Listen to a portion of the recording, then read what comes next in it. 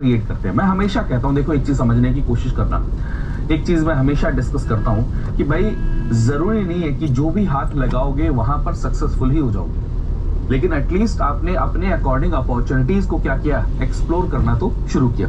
ठीक है, तो ऑलरेडी हम इसको क्या करेंगे, डिस्कस करने वाले हैं। सचिन कह रहे हैं GS1 का कोई आर्टिकल नहीं है। डेली हर टॉपिक के आर्टिकल हर समय नहीं आते हैं दोस्त, बाकी वो आपके ऊपर में है। जैसे फॉर एग्जाम्पल GS पेपर 3 की हम बात कर रहे हैं, GS पेपर 3 यानी कि दिल्ली के अंदर में बात कर रहे हैं, कैपिटल की बात कर रहे हैं, तो उसको अर्बनाइजेशन से भी आप कनेक्ट कर सकते हो। हिस्ट्री से रिलेटेड डेली टॉपिक नहीं आता। GS पेपर 1 में जनरली बच्चे ये सोचते हैं हिस्ट्री है, नहीं, जो GS पेपर 1 में हिस्ट्री भी है, वर्ल्ड हिस्ट्री भी आ सकता है। फॉर एग्जाम्पल क्या नाम है, आपके साथ साथ में एग्जाम्पल आप देख सकते हैं कि सोसाइटी के अंदर में वुमेन एम्पावरमेंट, ये सब टॉपिक भी GS पेपर 1 के अंदर में आ सकते हैं। ठीक है, तो आगे बढ़ते हैं और आज के दिन की शुरुआत के अंदर में सबसे पहला जो टॉपिक है GS पेपर 2।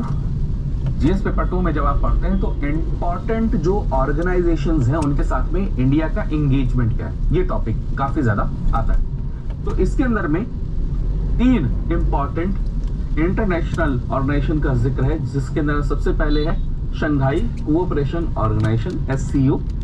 उसके बाद में देखा जाए तो कौन सा है, ब्रिक्स है, और उसके बाद में देखा जाए तो आसियान है।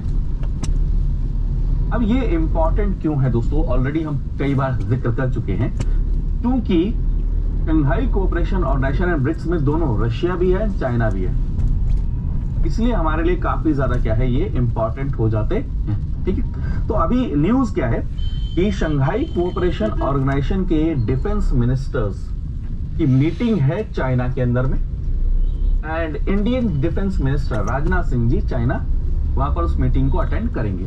First point. अब उसके 2 मतलब हमें नजर आते हैं। सबसे पहला कि इंडिया और चाइना के बीच में जो रिलेशन खराब चल रहे हैं उनको कैसे रिवाइव किया जाए। आप सभी को पता है गलवान वैली इंसिडेंट के बाद में इंडिया एंड चीन के बीच में इवन कोई डायरेक्ट फ्लाइट तक हमने क्या करी थी, बंद कर दी थी। वहां के जो नेशनल्स थे उनको हम इंडिया में अलाउ भी नहीं कर रहे थे।